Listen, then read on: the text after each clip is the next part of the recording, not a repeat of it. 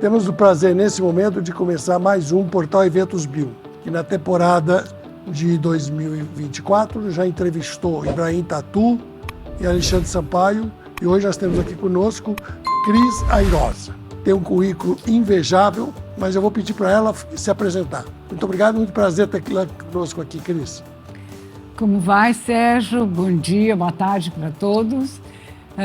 Meu nome é Cris Airosa, tenho 69 anos, faço cenografia há 42 e literalmente faço. Né? Eu faço o evento, eu monto, eu produzo e vou para uma sala de aula ou para um talk maravilhoso como esse, contar os segredos e os erros para a gente acertar mais do que errar. Então, é isso, eu sou apaixonada pelo que eu faço, sou historiadora, trabalhei no Museu de Arte de São Paulo durante 5 anos com o professor Bardi, e foi um momento muito importante na minha carreira, mas eu acabei indo para esse outro momento de executar coisas, e é o que eu faço hoje. Muito obrigado, né? O currículo é longo, mas vamos ver aqui que vai ter muita coisa que ela vai contar para nós.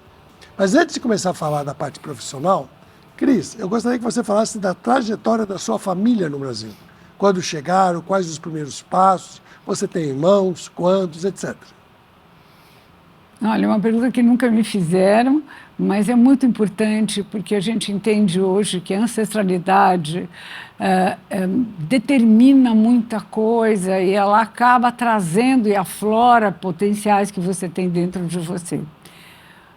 Eu sou de uma família que veio, eu sou curi de solteira, a Airosa é de casada, então tem essa origem síria, libanesa, que veio de bem longe.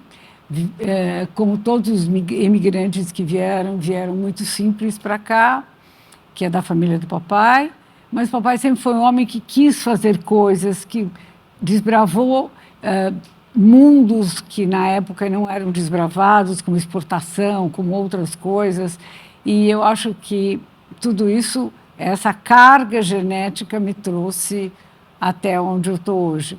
Eu tenho, são 6 irmãos, bastante gente.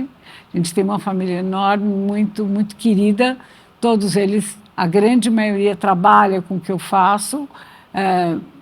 Um cria um cavalo, outro mexe com vaca, a outra faz eventos infantis importantes de moda, a outra é uma grande banqueteira, a outra, a Bel faz eventos de casamentos em grandes fazendas no interior de São Paulo, porque ela é do interior. Enfim, a Bel, a Tatá, a Ana, o Gui, o Lu, todos nós juntos temos essa veia que o papai nos deu do construir, do fazer e do cuidar. Nossa, uma reunião dessa família deve ser uma delícia. É uma bagunça, é muito bom. O Natal se a gente juntar todos os diretos com sobrinhos e netos, chegam a 23, é bastante, é um monte. Dá para se divertir. Dá para se divertir. Bom, mas vamos à parte profissional. Como você descreve o início de sua trajetória até a consolidação da Cris Airosa Projetos Cenográficos? Quais foram os maiores desafios nesse caminho? Olha, como é que eu coloco? É um pouquinho do que eu falei. Eu fiz história, estudei história numa época de ditadura militar, muito complicado, muito difícil mesmo. Fez na USP? Fiz na USP. E depois fui para o museu, saí e fui direto para o museu. E eu queria ser mãe. E não tinha naquela época, imagine, há 40 anos atrás, a história de meio período. Eu trabalhava na área de pesquisa histórica do museu. E aí eu resolvi pôr meus olhos em outras coisas. E o papai já mexia com gado de leite, de tipo, que a gente chama, para criar matrizes. Eu já tinha irmão que mexia com cavalo árabe. E aí, só que era tudo muito simples naquela época. Eram lonas de circo, um parque de água branca, que acho que a grande maioria sabe que existe, está lá até hoje, ali perto do viaduto Antártica, do Palmeiras, né? Do Allianz Parque. Então, ali as pessoas montavam, as leiloeiras, montavam lonas de circo, punham arquibancadas embaixo, arquibancada de madeira, de tábua. Punha estrutura de ferro, as tábuas, punham a curralama, que era uma cerca em volta, serragem, e punha o bicho. Cavalo, vaca, Nelore, o que fosse para vender. E aí sentava aqui meu pai, do lado o seu José, dono de uma granja, do outro lado sentava a Luiz Faria, dono do Banco Real, do outro lado sentava o Sebastião Camargo, do outro lado a Dona Maria, que tinha um sítiozinho em Imbu, e pronto, todo mundo igual, e todo mundo tomava chuva, porque aquilo pingava, não tinha refrigerante, não tinha nada, de vez em quando passava um pipoqueiro com a pipoca murcha, e era assim que funcionava. Anos e anos assim, e a gente se divertia desse jeito. Então, ali eram os leilões dos cavalos e dos animais.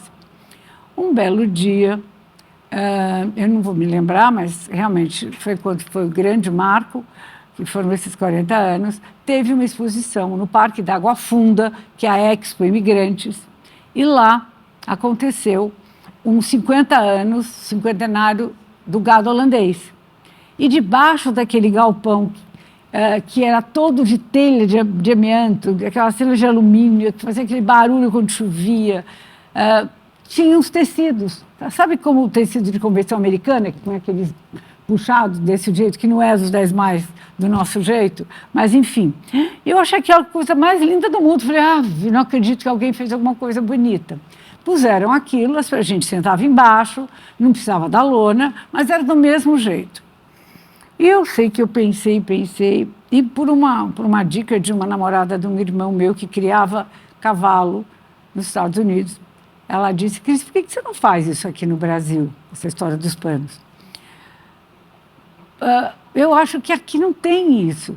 Eu sei que aquilo virou uma chave na minha cabeça, na mesma hora, no meio da exposição, eu levantei, atravessei o Parque da Água Funda todinho, fui falar com o assistente do secretário de Agricultura, que era amigo do meu pai, e disse para ele, Acácio, me conte uma coisa, daqui 3 meses vai ter exposição, chamava Expande. Era a maior exposição que o Brasil tinha, de todas as raças de animais, que ficavam naqueles corredores todos, ovino, caprino, boi, Nelore, gado de leite, que vocês podem imaginar, cavalos de todas as raças, e lá eles eram colocados para ser uma exposição, para premiação, né? E depois alguns eram vendidos, ia para leilão. Todo ano aquilo era o ápice no Brasil. Aí eu disse para ele, eu queria muito fazer alguma coisa diferente nessa exposição. Eu queria que as pessoas ficassem mais bem acomodadas, que elas pudessem apreciar os animais antes de ir para o palco. Palco, a gente não falava palco. Ir lá para o local do picadeiro. E aí, ele, mas como você vai fazer isso? Eu falei assim, me dá o telefone dos presidentes das associações, que eram pessoas que eram empresários. Não é que existia um funcionário que atendia o telefone, que falava, olha, eu sou da Associação do Cavalo Lusitano, o que você precisa? Não, era o telefone do empresário, dono do cavalo, que era o presidente da associação. Aí ele falou assim, mas você, menina, quer fazer o quê? Eu falei, olha, confia em mim. Eu quero fazer uma coisa que quando os criadores chegarem, com as esposas, a família, elas vão ver o seu animal e depois você vai ver no leilão, vai vender muito mais, porque vai conseguir ver melhor. Bom, conclusão dessa história. Eu inventei uma profissão há 40 anos atrás chamada cenógrafa de leilões e torneios hípicos e leilões de cavalo e etc. e tal. E aí, para tudo isso, foi como eu comecei e eu tive que montar toda uma estrutura para isso acontecer, né? Não tinha carregador, não tinha quem limpasse a sujeira da vaca no palco, que a Gal Costa ia subir 3 dias depois no Palace, não tinha nada. Aí eu comecei, aí eu pus, embaixo da lona de circo, eu pus uns tecidos, eu pus mesa da Brahma, que é o que tinha da Antártica, pus uma toalhinha, pus cadeira, aí resolvi pôr florzinha, aí pus o logo que eu achava que tinha que ter um nome, pus palco, e aí eu fui criando toda uma história que é a moldura para onde, a luz correta, uma música gostosa, e aí foi embora. Enquanto a Cris está falando, vai aparecer algumas imagens de algumas criações que ela fez. Aí tem bastante Nem coisa. todas têm a ver com essa parte de cavalo, agora elas estão vendo, é mais parte Mas isso social. é lindo, é todo feito de flor de papel, quando ninguém fazia.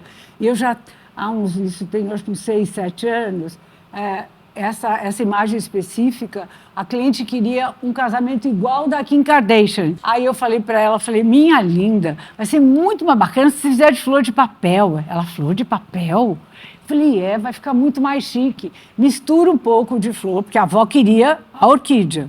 E aí eu peguei o pessoal da comunidade do Galpão, lá do Embu, estou falando disso há muitos anos atrás, e peguei uma senhorinha da Liberdade para ensinar a eles fazerem folha por folha, e fizeram 11 mil folhas de flor de papel que eu usei anos e anos depois pintando e reaproveitando. Bom, sua empresa está completando 42 anos, mas começou a trabalhar com eventos em 99, faz 25 anos, então tem 40 anos na empresa e 25 no corporativo. O que motivou essa transição? Eu acho que foi esse avanço da tecnologia mesmo. Por quê? Porque os leilões começaram a serem transmitidos pelos canais digitais. Então, você dava lance de longe, você não precisava ir pessoalmente, você telefonava, fazia call, falava com os pisteiros, pisteiro é quem pegava os lances. Você falava, olha, eu vou dar mais 2 mil nessa vaca, ou mais 5 mil nesse cavalo, ou mais R$1.000 nesse carneiro. Então, necessariamente, começou a diminuir o volume. Mas o que realmente fez foi o Plano Collor, quando ele pegou todo o dinheiro que a gente sabe que aconteceu, e aquele dinheiro que fazia o overnight nas bolsas, que é o que eles usavam muito para poder movimentar, acabou tendo aí um problema sério. E, enfim, eu percebi isso e eu falei, vou ter que ir para algum outro canto. O corporativo já tinha me chamado algumas vezes, mas eu ia deixando, porque eu amava mexer com bicho, adorava mexer pôr à luz, né, a música espanhola, quando entrava um cavalo de origem espanhola, quando era uma vaca que estava prestes a parir, como a gente chama, prenha, eu pus uma música muito suave em cima do palco, eu tinha toda uma história, tingia a serragem da cor, era um movimento diferente do que fazer quando você está vendendo uma televisão Samsung, é outra coisa, a emoção é muito mais forte. Mas todo esse movimento comercial me fez migrar para o corporativo. Eu ainda fiquei alguns anos fazendo leilões em Uberaba, ia para a beira do Rio São Francisco, fazer em Xalana, enfim, fiz coisas bem diferentes. Mas o corporativo, ele quando entrou, permeado com o social, sempre no fundo, ele foi muito forte. E cada vez mais os leilões começaram a ficar menores. Eu fazia torneios de polo, que também existiam, torneios hípicos, mas aí acabava indo para isso. Comecei a fazer, esse foi o primeiro stand que eu fiz, que foi da BMW, onde todos os carros eram brancos. Nunca ninguém tinha feito isso. Eu propus fazer todos os carros brancos, e aqui não dá para ver, mas as árvores eram todas de folha branca. Isso eu estou falando de 20 anos atrás. Aqui, olha que lindo. Ai, meu Deus, quando eu olho, me emociona fazer isso. Porque ninguém fazia isso. Punha flor, planta verde. E eu falava, não, vamos fazer uma coisa diferente. Era meu primeiro stand. E era a primeira concorrência que eu participava para fazer salão do automóvel. Eu lembro que eu fiz BMW e Mini Cooper e ganhei os dois ao mesmo tempo. E eu tenho o mesmo Mini Cooper, 14 anos depois, o mesmo, até hoje. Pequenininho, aquele que abre que nem carrinho de funerária.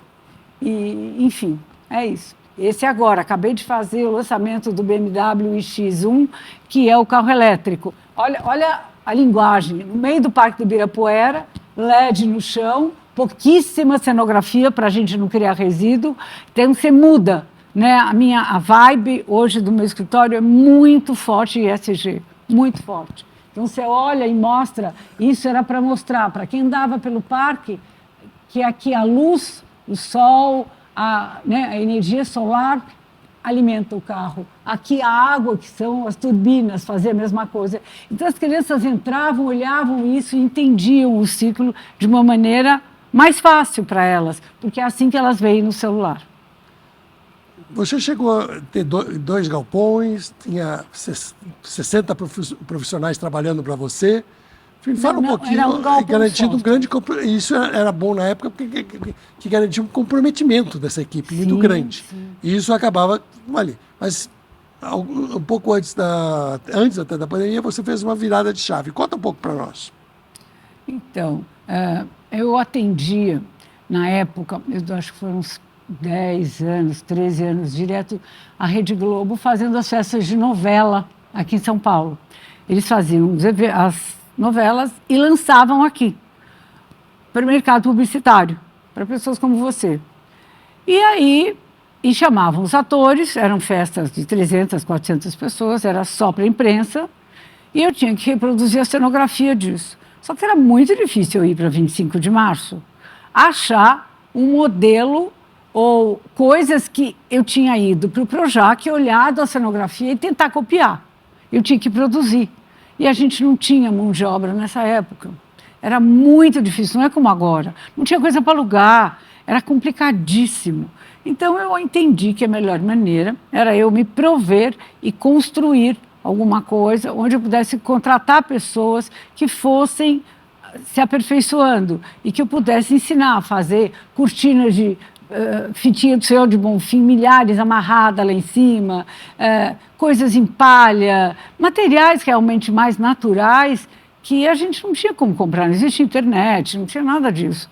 Então, realmente, era um galpão, eu fiquei 30 anos com um galpão para cenografia e para baias, eu montava baias de cavalo, porque não adiantava eu na sua fazenda, nesse ano, do ano passado, você vendesse a sua tropa de cavalos, você precisava vender, sei lá, 6, 7 cavalos, aí chamava os amigos para vender também junto, porque tinha que ter um número, mas onde você ia alojar?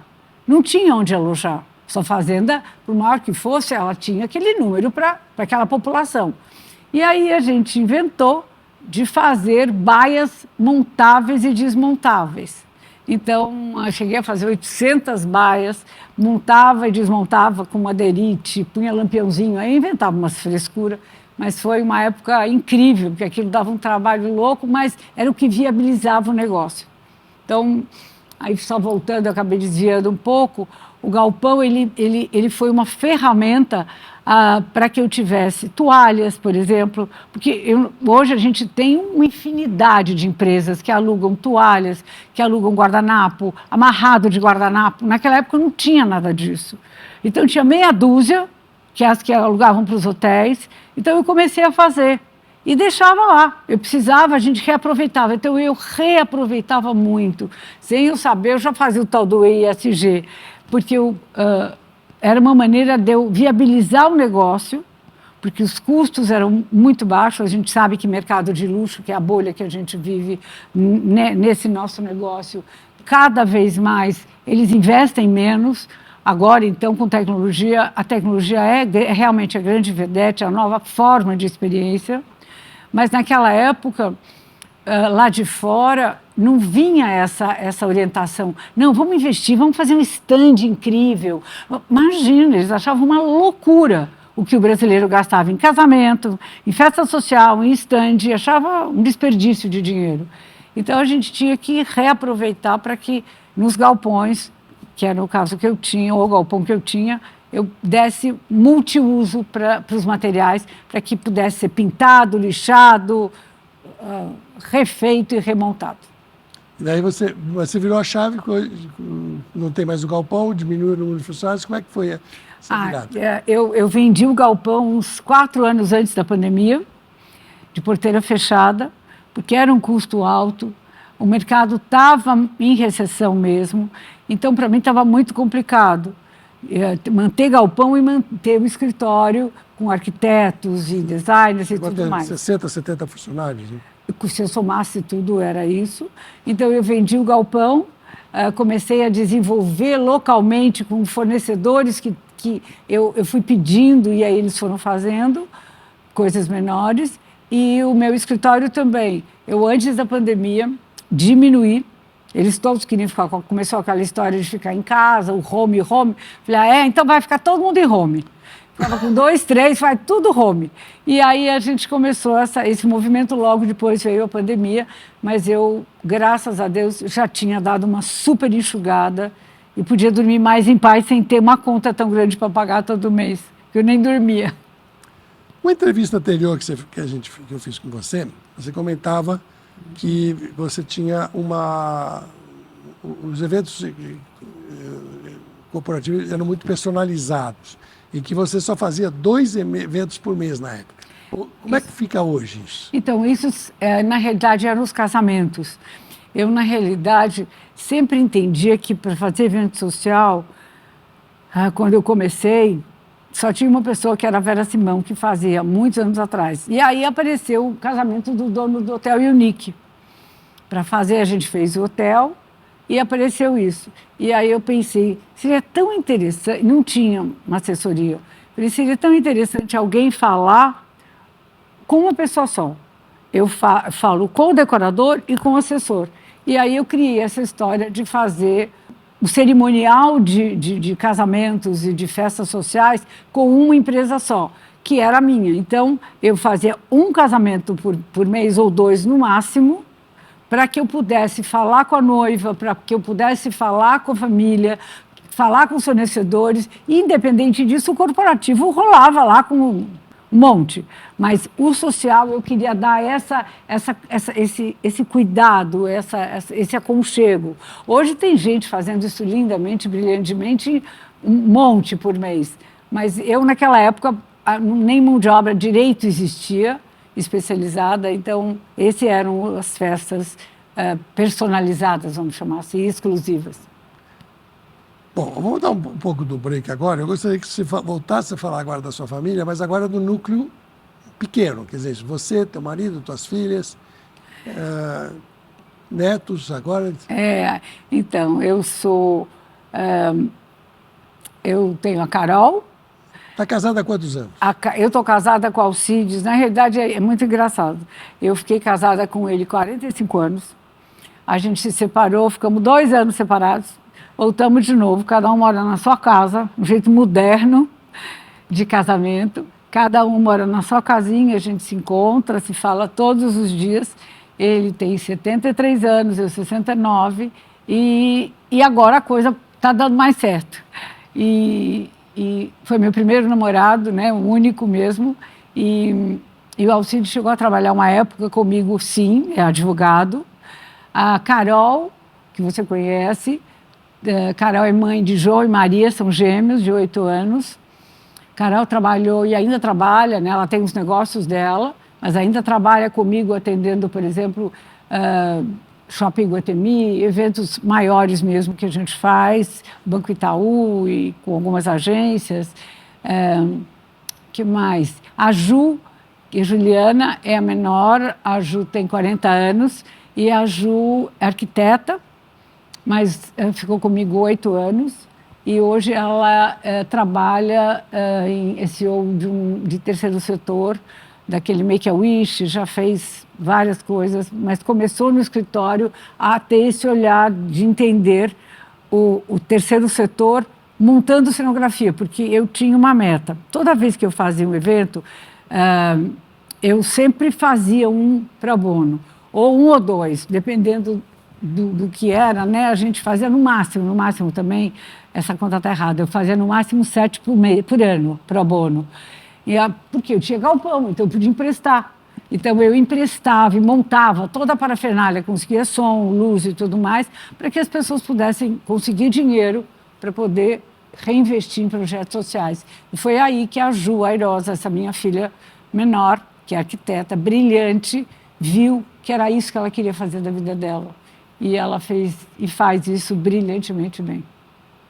Bom, e a Carol continua com você? A Carol continua, mas a Carol continua com a empresa dela. Ela tem 3 empresas que fazem experiências incríveis ligadas ela manda... ela atende, por exemplo, Artefato e manda os convites da Artefato para os eventos do mundo inteiro através de algo que mande uma mensagem corporativa tangível e materializada. E como esses vários. E comigo a gente faz parada de Natal, isso aqui é... Desculpa, é Itaú. A gente fez na Fazenda Boa Vista. Você viaja muito. O Salão de Milão, mestre dos filhos da SW. Fala um pouco do que você capta nessas viagens. Olha, se você me perguntar uma palavra que eu sou curiosa. Acho que é por isso que eu fui fazer história. Porque eu sempre quis entender o começo, o meio, o fim das coisas, como é que elas eram. E sempre pesquisando, e não importava se eu ia para uma 25 de março, eu brinco, né, Avant-Cinq, ou fosse para Milão, ou para as ruas da Liberdade, para as ruas de material elétrico, que a gente tem muito forte em São Paulo. Então, essa pesquisa de materiais e novas utilizações de produtos sempre me trouxe essa busca. Só que viajar custa caro. Viajar custa caro porque você deixa a equipe para trás, fazendo trabalhos, e às vezes não está da melhor maneira se você está perto. Eu sou muito chata mesmo nisso e gosto das coisas, dos mínimos detalhes. E aí, essas viagens acabam que eu faço, sim, viajo bastante, já fiz muito evento internacional, bastante, mas esse olhar de pesquisa sempre foram para qualquer coisa lá fora, não necessariamente aonde todo mundo olha ou para onde todo mundo vai, é sempre olhando da onde provém. Então, vai para Bali, então eu ia ver a plantação de flor, que elas faziam os arranjos de flores nas cidades, mas eu queria entender como é que era aquilo, e por aí afora. Você já participou de organização de eventos internacionais, você acabou de falar, em locais como Punta Cana, África do Sul, etc. Como é o processo de adaptação do seu trabalho a essas diferentes culturas e públicos? Olha, eu posso dizer com maior honra isso, dá para ver aqui, nós somos os maiores fazedores de eventos do mundo. Claro, os americanos são incríveis, com tanta coisa de LEDs e tecnologia que é maravilhosa, a luz, que cria hoje muito menos lixo. A gente tem os grandes casamentos indianos, os árabes, mas exportar casamentos, mostrar, fazer mesas de bolo, mesa de doce, foi a gente que criou. Criar bares nas festas, foi a gente que exportou. E com todo esse know-how, quando você vai para uma África do Sul, para fazer, por exemplo, um evento importantíssimo da Natura, e que você chega para a única empresa que faz as festas e pede, ela fala, mas vocês brasileiros querem prata? Mas não precisa, a gente usa isso para fazer a festa do nosso, como é que ela falava? Do nosso presidente, que era um acrílico preto. Eu falei, não, eu quero prata. A gente está pagando e a gente quer prata. É isso que a gente quer usar aqui, tudo muito simples, mas a gente quer o serviço desta maneira. Eles olhavam, eles não entendiam como a gente, brasileiro, tinha este padrão, e a gente tem este. É que a gente tem um grande defeito, a gente não valoriza a gente. A gente não acha que a gente é o máximo, e a gente é o máximo, fazendo qualquer evento em qualquer lugar do mundo. Porque a gente põe isso aqui, ó. Aí não posso bater aqui, né? A gente põe isso aqui no que a gente faz. Eu nunca me esqueço, uma vez fui fazer um evento da Brazil Foundation, que é uma instituição muito importante. Fiz 7 vezes, era bancado uma parte pela Dior, que é um evento beneficente de empresários que bancam vários trabalhos beneficentes, várias instituições pelo Brasil. E eu estava em Miami, no museu, Guggenheim, não era Guggenheim, era algum museu bacana, esqueci. E faltava, acho que 10 ou 15 minutos para acabar o horário do camarada que estava lá em cima, pendurado, para poder virar para mim a luz correta, porque eu tinha um negócio embaixo que eu queria que ele iluminasse. O evento era no dia seguinte, eu ia fazer um teste geral de luz. E a teste de luz você faz à noite, certo? Certo. Ok. Era uma área aberta. Faltava 5 minutos. Ele não custava ele virar. Sabe o que ele fez? Ele pegou, estava amarrado, claro. Ele soltou, do meu lado, assim, tuf, caiu, soltou o alicate. Eu falei, o que aconteceu? Ele, não, meu sindicato não deixa. Não posso estar em cima de uma escada, faltando 5 minutos para eu estar aí embaixo. Eu olhei e falei, mas é isso só que falta para eu poder fazer o teste de luz. Ele, no, sorry. Desceu e foi embora. Fazendo um break.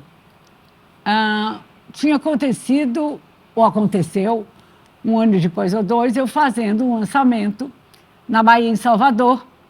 E, de repente, eu estava fazendo um teste, Ivete Sangalo ia cantar. O cara em cima da escada começou, parou tudo. Falou, minha rainha, agora não posso mais, agora tenho que dançar. Falei, meu lindo, não acredito. Ele, bora dançar, minha rainha, bora dançar, depois a gente continua e vai até a hora que a senhora quiser. É uma brincadeira, mas é uma verdade, para mostrar. Os dois têm compromisso, os dois são sérios, os dois fazem direito, mas o mood, a alma de entrega que a gente brasileiro tem, é muito diferente. A gente sempre acaba entregando com muito mais amor. Não estou falando isso por graça, não. É 42 anos errando muito mais do que acertando. É a grande verdade. Se isso é bom ou ruim, eu não sei, mas os sindicatos, tanto na Europa como nos Estados Unidos, são muito fortes. Sim. E determinantes. Eu agora, viajando com meu neto para a Europa, 10 horas da noite, fecha o restaurante e acabou. Acabou. E acabou. E você pode ficar dentro do restaurante. Eu estava em Viena e eu não quis passear pelo Rio Danúbio, então eu falei, vamos jantar na beira do rio. Aí olhamos no Google, fecha 1h da manhã. Pegamos um táxi, nós estávamos do outro lado, fomos até lá. Chegamos lá, eram 9h45. Desculpa, nós não vamos poder mais atender, porque fecha às 10 horas. Não, mas aqui está dizendo que é até 1h. Não, nós ficamos abertos até 1h, mas nós só servimos até a cozinha às 10. Então, mas é um sindicatos fortes, isso é muito bom. Anos atrás, uma agência contratou minha esposa para fazer um filme ela é atriz, né? Para fazer um filme na Inglaterra. E o sindicato da Inglaterra não deixou. Falou, não, tem que ser com atrizes daqui. Valorização dali. Então, podia no máximo 2. Então, tiveram que escolher 2 para poder ir para lá. Os outros tinham que ser... Quer dizer, a valorização, eles valorizam a mão de obra deles e fazem as coisas funcionar. Mas eu vou voltar um pouquinho para trás, Cris, que você começou a falar das suas pesquisas internacionais e eu queria que você falasse sobre o que te leva ao SXSW e como você se sente lá. Essa pergunta é forte. Olha, eu já fazia uns anos que eu queria muito ir, mas eu tinha uma preocupação muito grande porque eu sabia que era o maior evento de inovação do mundo e que meu trabalho é muito mais humanista, né? A cenografia lá tem muito mais elementos humanistas, sensoriais, para dizer melhor, do que tecnológicos. Mas eu sabia que o mundo estava indo para o AI e eu tinha que entender esse cavalo e domar esse cavalo. Por bem ou por mal, eu tinha que entender como uma ferramenta para que eu pudesse fazer coisas melhores no meu trabalho. E para que quando algum cliente, um fornecedor, me falasse sobre este assunto, eu pudesse, pelo menos ou minimamente, ter conhecimento. Dialogar. E aí eu fui, o ano passado, retrasado, e foi incrível, fui esse ano. E realmente, é muito engraçado, porque o primeiro ano eu voltei achando que eu sabia tudo, porque era o máximo. É muito engraçado, eu fui num grupo de mulheres de maior a 50, todas eram mais novas, né? Era eu e a Joyce Pascovitch, as mais velhas, e eu lembro que isso é uma coisa que me chamou muito a atenção. O segundo grupo, depois dos americanos, é o brasileiro, tanto que os grandes nomes cumprimentam em português. É bacanérrimo isso, a gente se sente... Por quê? Porque realmente o brasileiro vai atrás, busca, não é à toa que Cannes a gente é o que é. Porque realmente pesquisa, vai atrás e tenta trazer o novo. E aí eu lembro que eu olhava e falava, Jesus, não tem ninguém da minha idade. Eu contei 3, juro, 3. Eu, a Joyce, mais 3 andando por ali. Tudo bem. Esse ano que eu fui, eu já vi diferente. Eu já vi muito mais gente de cabelo branco. Esse ano eu já vi muito mais gente mais velha, interessada. E e as palestras com uma preocupação muito forte de falar sobre a ancestralidade. Não é falar do velho, não. É falar da experiência, do acerto, do erro. E eu acho que tudo isso me traz uma vontade de cada vez mais procurar o novo para que ele possa ser uma coisa interessante. Eu tenho um neto, o João, virou para mim, antes de eu ir, falou assim, vovó, você adora falar até com a... Como é que ele fala? Você fala até com a porta do elevador. Eu falo mesmo, adoro perguntar o nome de todo mundo, eu gosto, garçom. Aí ele falou assim, você fala até com a porta do elevador, para que você vai para esse SX de novo? Aí eu falei, filhinho, peguei o celular, eles não têm celular ainda, né? Só com 10 anos para poder ter. Falo lá só quando tá em hotel, que tem que perguntar alguma coisa para a mãe, mas não usam celular, estão numa escola que não valoriza isso. Que bom. Aí ele pegou... Eu falei, João, vai chegar uma hora que você vai ter que fazer essa pergunta para essa maquininha, para o celular. Como você faz. Você não fala, vovó, você não sabe essa resposta? Pergunta lá para o tio Google. Pergunta. Eles já entendem, sabem todos, desde bebês, pequenos, isso. Aí eu disse, João, a vovó acredita que se você souber perguntar de um jeito diferente para a inteligência artificial, que está aqui dentro, com um monte de resposta, com o seu jeito, você vai ter uma resposta diferente do seu amigo. Então, a emoção é muito importante. E para isso é que a vovó vai viajar. É para isso que a vovó roda e procura as melhores maneiras de fazer perguntas. É isso. Isso é muito bom. E voltou inspirada de lá. Voltei. Só que dessa outra vez eu voltei da outra vez eu voltei achando que eu sabia tudo, e dessa não. Eu voltei com o caminhão vazio, cheio de dúvida. Eu falava, caramba, não sei nada. Eu tenho que pesquisar, adaptar as minhas respostas à minha realidade brasileira, as minhas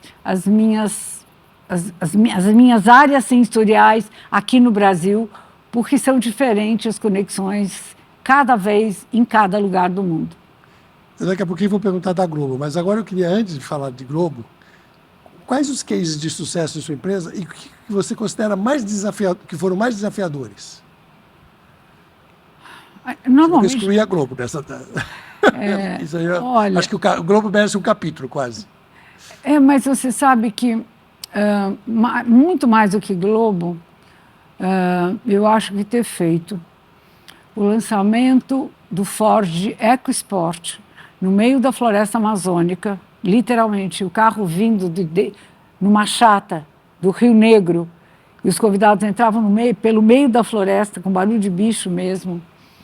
Foi incrível para mim eu ter ficado 40 dias lá e ter usado os materiais de lá, porque lá eles não tinham móvel para alugar. Então a gente pegou uma tribo de índios e eles vendo índio trabalhar com fita Heller, era incrível. Era maravilhoso ensinar tudo aquilo. Amarrava com a palha e depois, para não ter perigo de cair. Usar os materiais que eles tinham, que era permitido usar, que estavam catalogados e que tinham autorizações. Foi incrível. E teve um outro, eu vou falar dos dois maiores, mas teve pequenos também que foram muito desafiadores, eu ganhei até um troféu disso, que é a parada de Natal, a parada Disney no Brasil. Parada? A parada da Disney no Brasil. A Nestlé contratou uma agência, que era do Nizam, na época, e essa agência me contratou, e eu lembro que o presidente dessa agência ligou e perguntou para mim, Cris, você faria ele estava na Disney, você faria era o Paulo Zótolo, tinha sido presidente da Nivea, e aí estava naquele conglomerado do Nizam de agência. Ele falou, você faria o carro da Minnie aí no Brasil? Eu não pensei duas vezes. Eu nunca falo não para nada. Basta falar que não vai dar certo que eu vou lá e faço. E aí eu peguei e falei, faço. Aí eu desliguei o telefone e falei, senhor, me abana, e agora? Ele falou assim, tá bom, então você vai fazer a parada de Natal aí no Brasil e mais 6 capitais. São 7 ou 11 carros. Só que o grande desafio não era dirigir aqui o corpo de baile, né, da Minnie aqui, do Pluto, a casa de aqui, era atrás. Então, o cara tinha que dirigir de marcha ré. Isso foi um dos grandes desafios. Ele dirigia, claro que foi tudo adaptado, de marcha ré, porque a frente do carro, né, ele ficava com o cavalo para cá, a parte da frente do carro é que é onde eu tinha os personagens americanos que dançavam, os brasileiros, toda a cenografia, e aquilo era evento que acontecia na Avenida Santos Dumont, lá na Zona Norte, na Avenida Atlântica, no Rio de Janeiro, e por aí afora, com 2 milhões de pessoas. E a gente ali no meio, com eles junto, 1 ano fazendo, e foi maravilhoso. Isso aqui foi bárbaro. Que os americanos ficam extasiados quando vê um desfile da escola de samba, né? O desafio que é montar aqueles carros, né? Não é? Você chegou alguma vez a pensar em fazer isso? Só te cortando, isso aqui foi um grande desafio. Isto é um Réveillon da Fazenda Boa Vista, que está acostumado a fazer Réveillons com tecidos, luzes de cristal, aquela coisa. Eu falei, só vou fazer se eu puder fazer algo que não gere lixo, que seja moderno. Era um drinking dancing, e a gente criou alguma coisa que foi o máximo. As pessoas Volta para a imagem, Isabel. Eram cúpulas, essas cúpulas que eu tinha usado em BMW, eu estava aqui, eu vi o pôr do sol de um lado, eu vi o nascer do sol do outro, eu vi os fogos, e tudo era reaproveitado. Eu usei os móveis, as flores, não sei se dá para ver aqui, eu tenho umas folhas que eu tinha usado, 800 folhas no evento do Banco Itaú, 1 mês antes. Eu mandei guardar, o André Petrotti guardou, pintou tudo de prata e eu usei tudo de novo. Então, elas aqui. Elas foram usadas 2 vezes. Então, tudo isso eu acho que é um compromisso hoje muito forte que eu tenho com o meu negócio. Ensinar essa nova geração e fazer. Entender que esse luxo pode ser simples, ele pode ser sofisticado, mas com essa sutileza do olhar e da responsabilidade com o meio ambiente. Agora, minha curiosidade, não estava nem prevista essa pergunta, você já fez alguma vez alguma coisa de carnaval no Sambódromo? E se não fez, por que não? Eu já fiz. Uma vez um stand, eu fui chamada várias vezes pelo Zé Vitor Oliva para fazer o camarote da Brahma, mas era algo que eu não tinha, porque você, agora não, mas antes você, anos atrás, você tinha que quebrar um pedaço da fábrica da Brahma que ficava na avenida, de quebrar as paredes, montar o camarote e depois remontar. Eu falava, não quero, não me sentia bem fazendo algo assim. Eu não achava que destruir para depois construir de novo.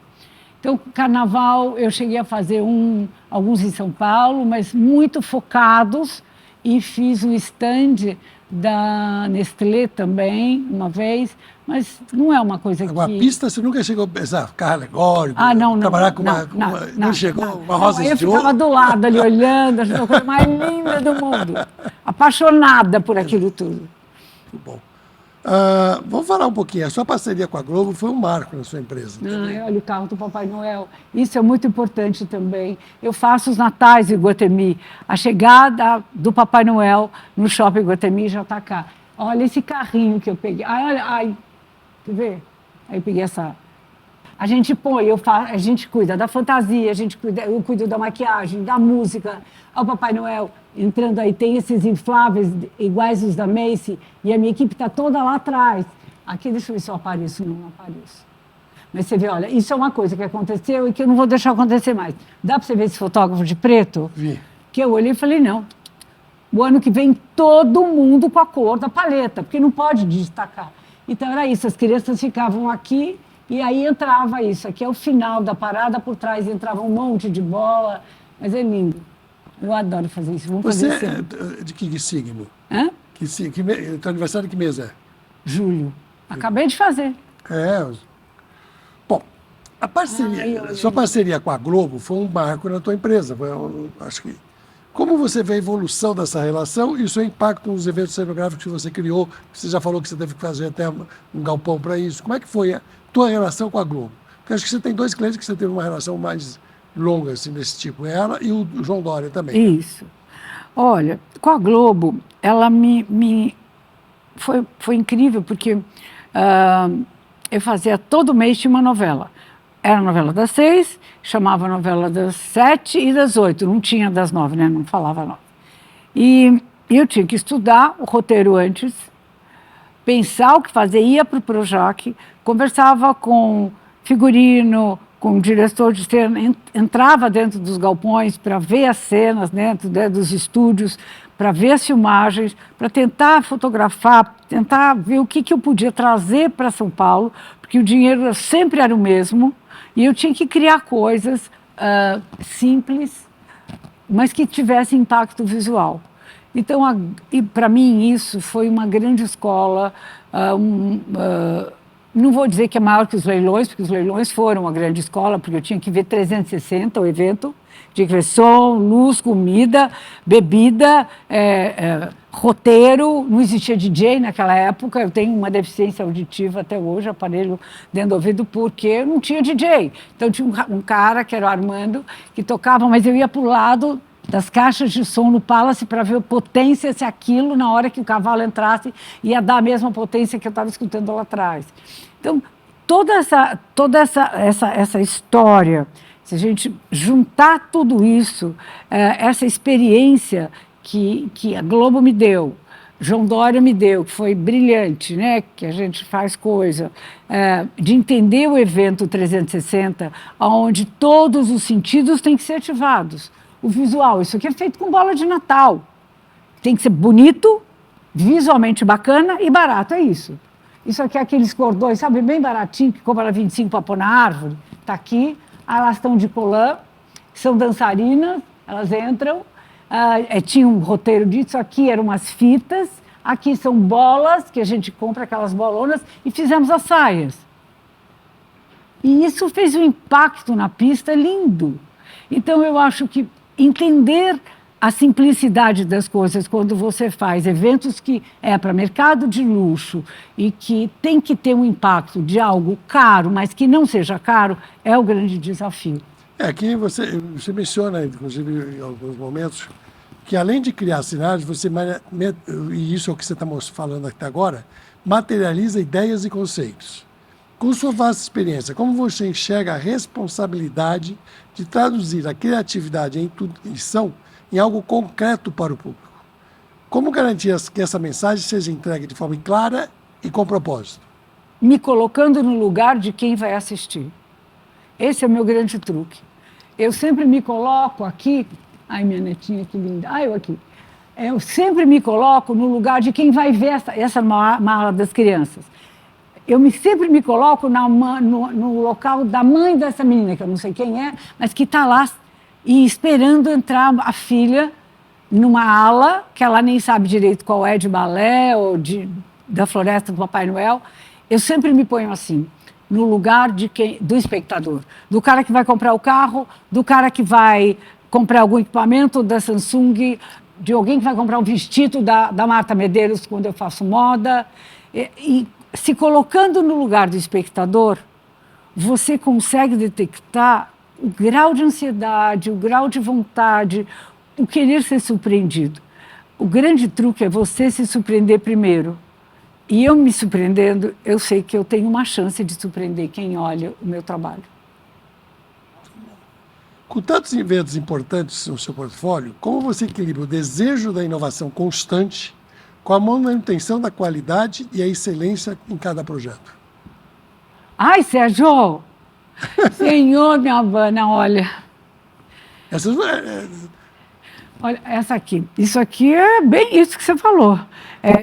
Brasil Foundation, é um evento internacional. Se você olhar, isso foi no Rosenwood. Eu fiz 4 backdrops, aqueles eventos que todo mundo quer aparecer, que nem festa da Vogue. O que eu pus nesse fundo? Se puder parar com a imagem, eu vou mostrar que eu acho que é mais fácil.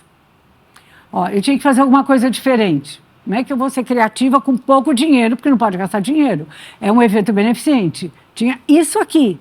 Aí liga para um fornecedor, liga para outro, pede. O que eu fiz? Fiz um painel. Isso aqui é musgo. Isso aqui é rosa de pedra, leguminosa. Peguei uns troncos que ele tinha, escrevi Brasil Foundation em acrílico, pus aqui, depois eles levaram para os Estados Unidos.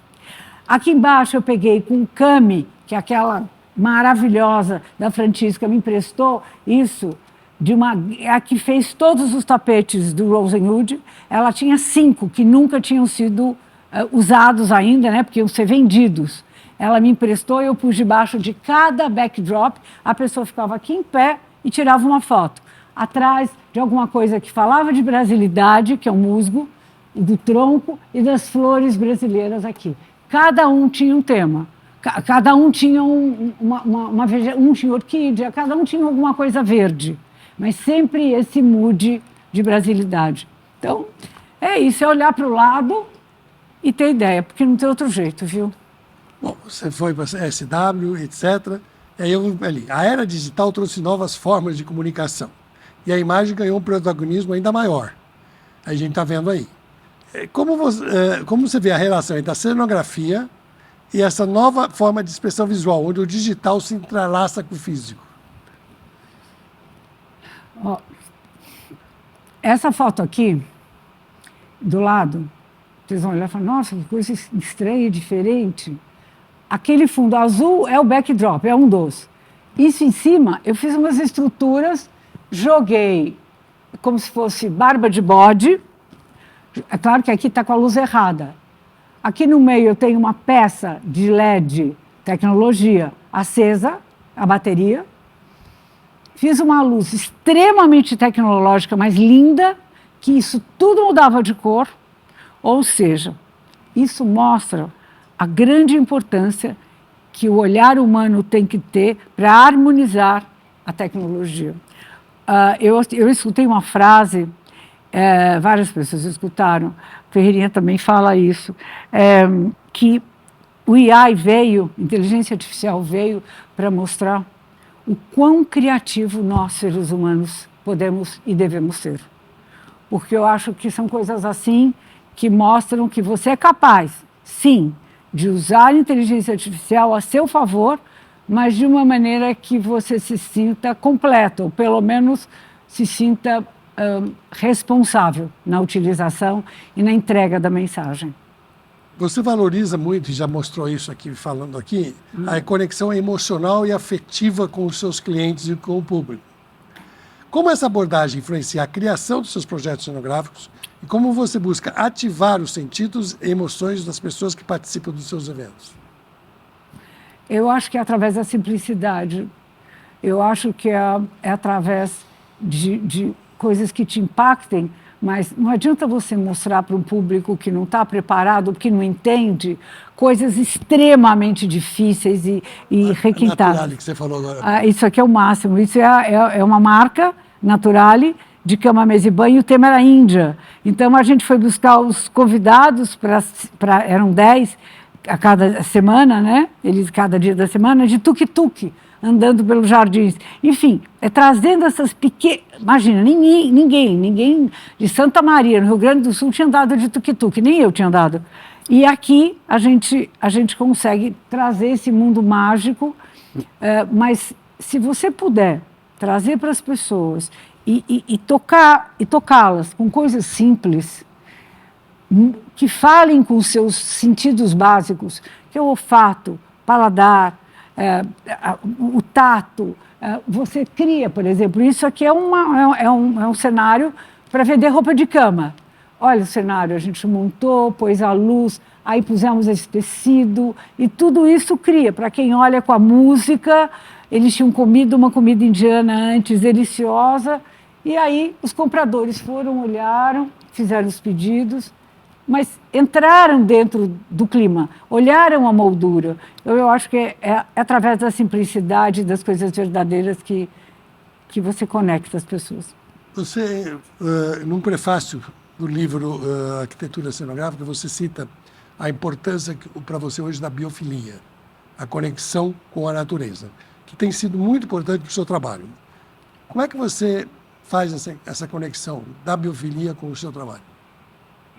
A gente está todo mundo sabe que a internet foi criada pela rede que existe subterrânea entre as raízes das árvores.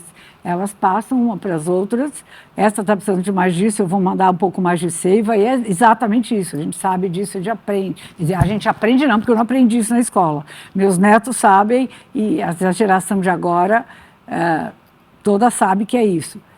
Então, olhando para isso de uma maneira responsável, eu sempre fui uma apaixonada por mata, por verde, pela natureza.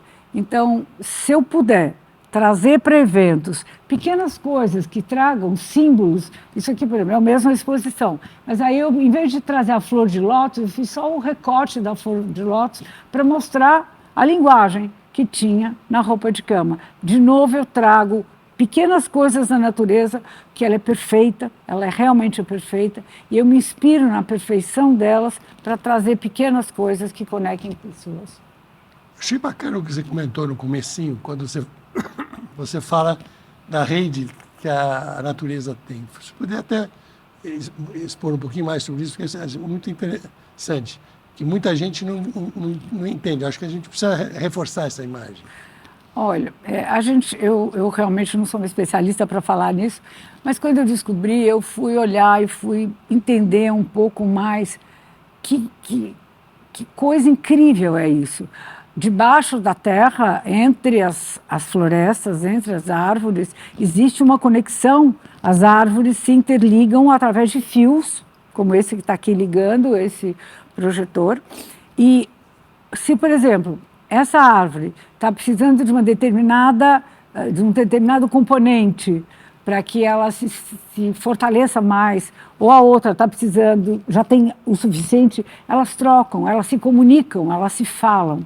E essa rede subterrânea é que me fez entender que fez entender milhões de pessoas, né, bilhões no mundo inteiro, que sabem falar disso muito melhor do que eu, mas eu acho que vale a pena pesquisar, porque isso é lindo, te traz substratos e subsídios para você trazer a tecnologia de uma maneira muito simples, mas que de uma certa forma toque o coração das pessoas. Isso a gente está vendo muito nesse momento e acentuado, porque muita gente só pensa na Amazônia como a importância da Amazônia lá na Amazônia e, logicamente, a importância que ela tem no CO2, etc., no mundo. Mas agora nós estamos vendo um outro lado, que é a influência da Amazônia aqui no sul. Quer dizer, os rios que correm lá no céu, que traz, e agora está trazendo tudo, a fuligem, toda a fuligem das queimadas, estão vindo. E onde nós tivemos uma chuva preta aqui em São Paulo. É verdade. Quer dizer, a natureza ela se comunica embaixo da terra, como você disse, e lá em cima também. E se nós não cuidarmos de tudo isso, nós vamos ter problemas muito sérios. Essa imagem, eu acho que é importante mostrar uma coisa. Eu sempre fui contra usar a flor artificial. Hoje, derrubei isso. Hoje, eu uso flor artificial, sim. Natural, quando precisa, quando tem necessidade, algumas, claro. Mas aqui, por exemplo, para que eu vou cortar algo, eu vou desmatar, se eu posso fazer para um efeito de cenografia do lado de uma fonte com água, que lembrasse a Índia, eu pudesse pôr um pouco de um verde artificial, pronto, acabou daqui, devolvi para a cliente, vamos usar num outro evento dela. Então, eu acho que até os conceitos a gente hoje reavalia em prol exatamente dessa grande verdade que você colocou para a gente. E aí entra um pouco daquilo que você fala também da ecoscenografia. Sim. Que você falou vários momentos aqui, que é como você dá importância para o ESG, e até usando, você fala, os meus projetos são hoje ecoscenográficos. Eu tenho essa preocupação muito grande, Sérgio, mas você sabe que a gente também vê que não é todo mundo que tem essa preocupação.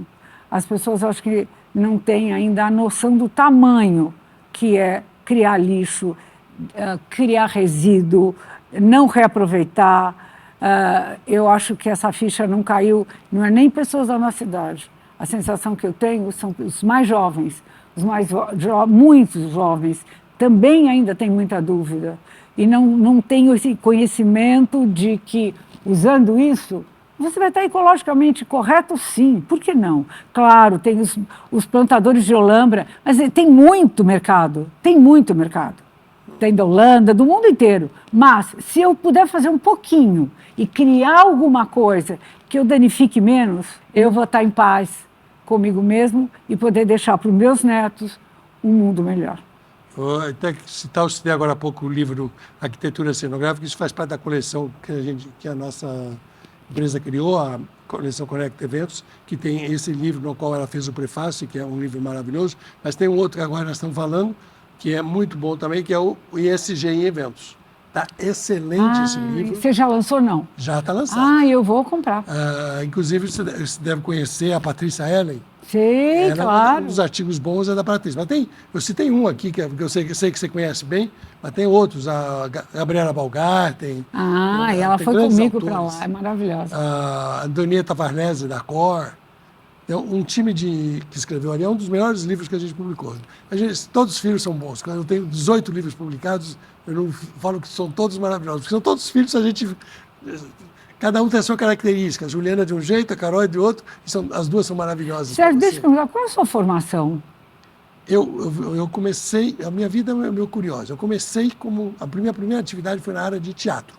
Eu tive a primeira revista de teatro do Brasil. Eu comecei já como editor. Olha, você... Eu criei uma revista chamada Palco Mais Plateia. Eu fazia programas de teatro para teatro, fazia programas para música. Então, eu trabalhei muito tempo com Caetano, com o Elis, com o Bibi Ferreira, Então, fui crítico de teatro. Então, eu comecei, os primeiros 15 anos da minha vida, então, minha esposa, inclusive, é atriz, foi nessa área, totalmente artística. Que maravilhoso. Aí eu virei totalmente. Eu fui trabalhar com imobiliária. 15 anos... Trabalhando com gente. Dei uma cambalhota, fui para a imobiliária, lá no Mato Grosso.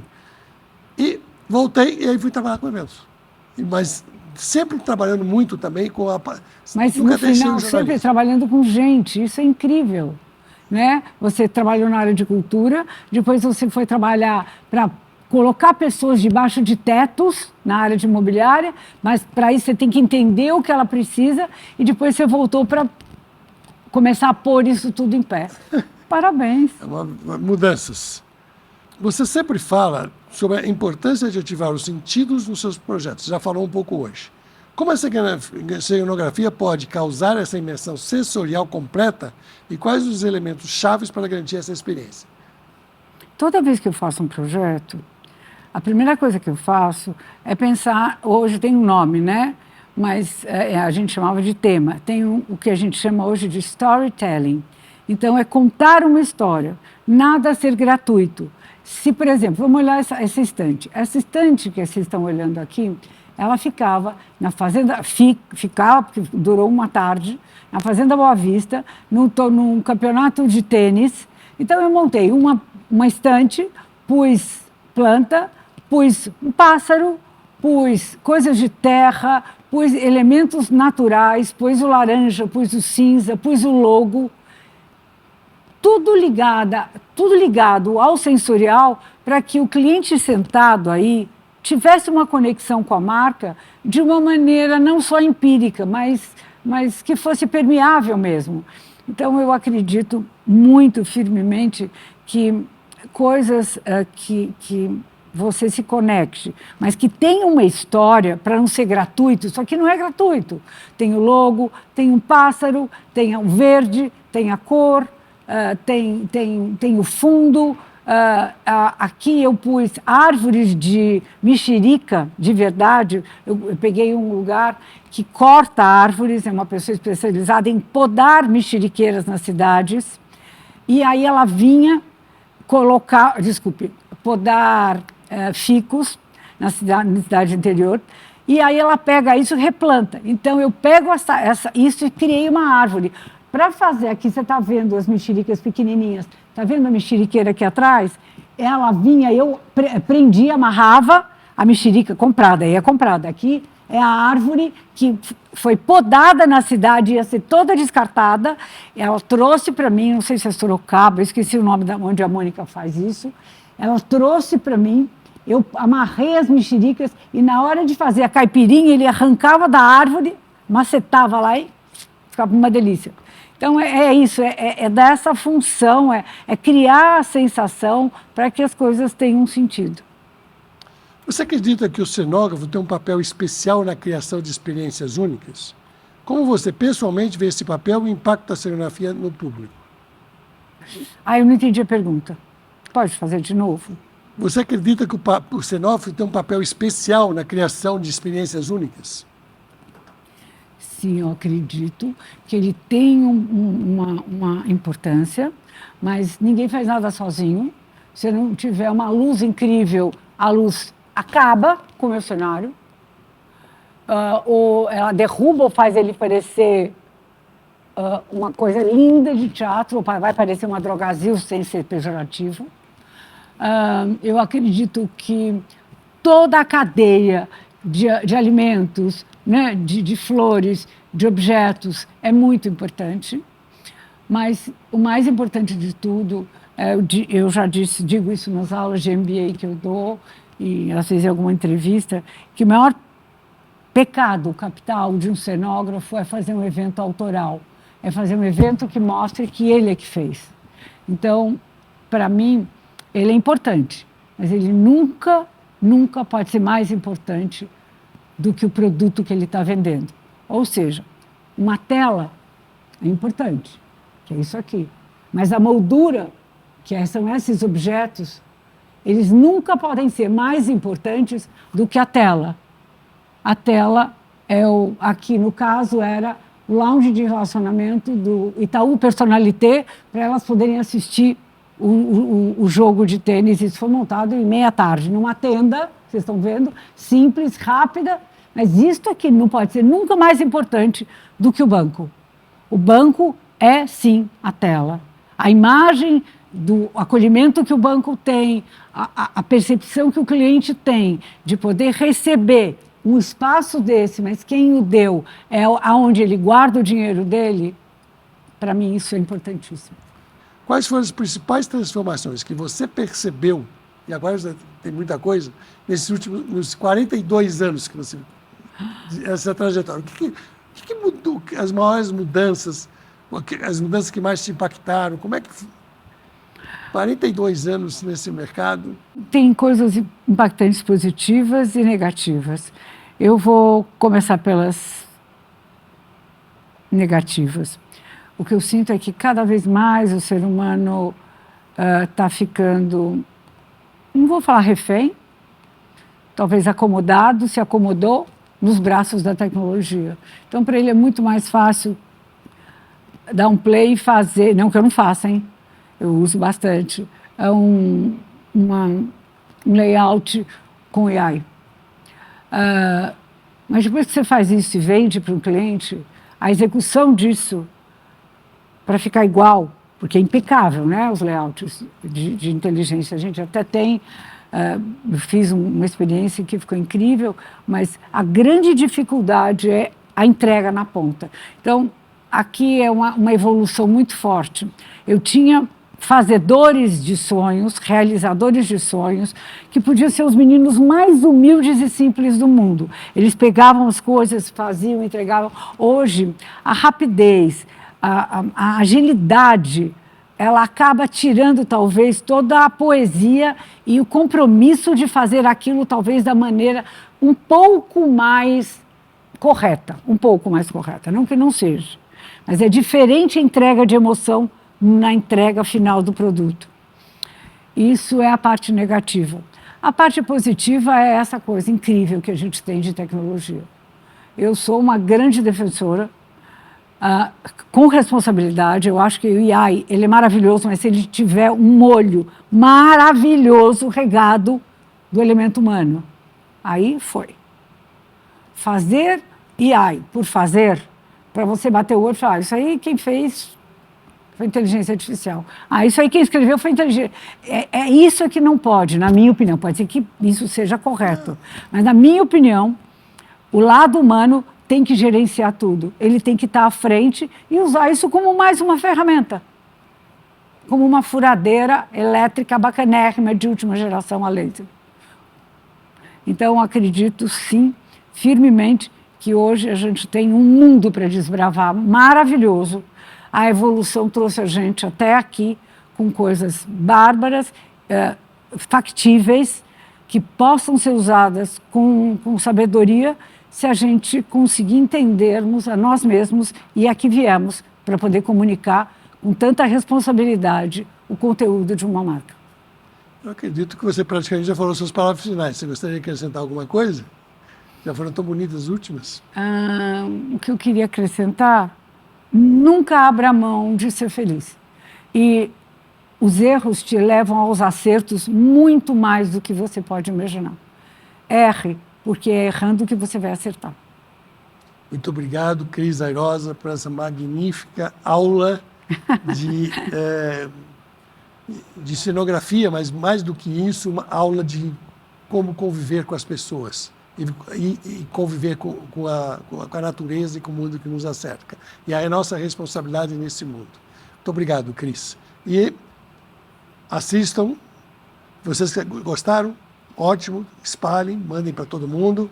Assistam os anteriores, nós temos no portal Eventos Bill programas como esse, com o Zé Vitor Oliva, com o saudoso João da Simone, com o Roosevelt Aman, com o Alexandre Sampaio, o Ibrahim Tatu e vários outros, muitos outros. Eu não vou citar todos aqui, senão vou esquecer algum, e aí se esquecer, mas aqui vai ficar chato.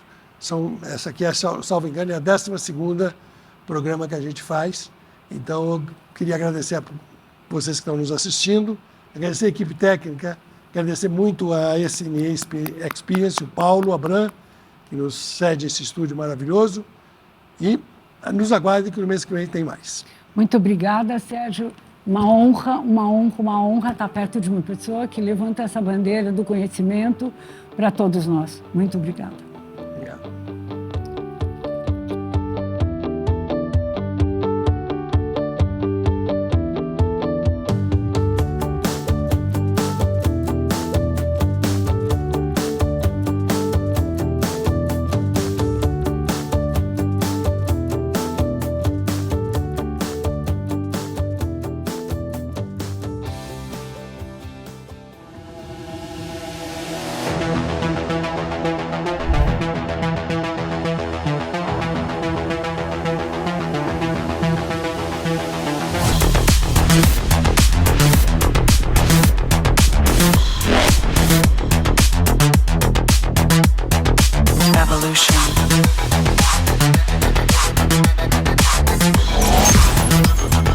This is the future.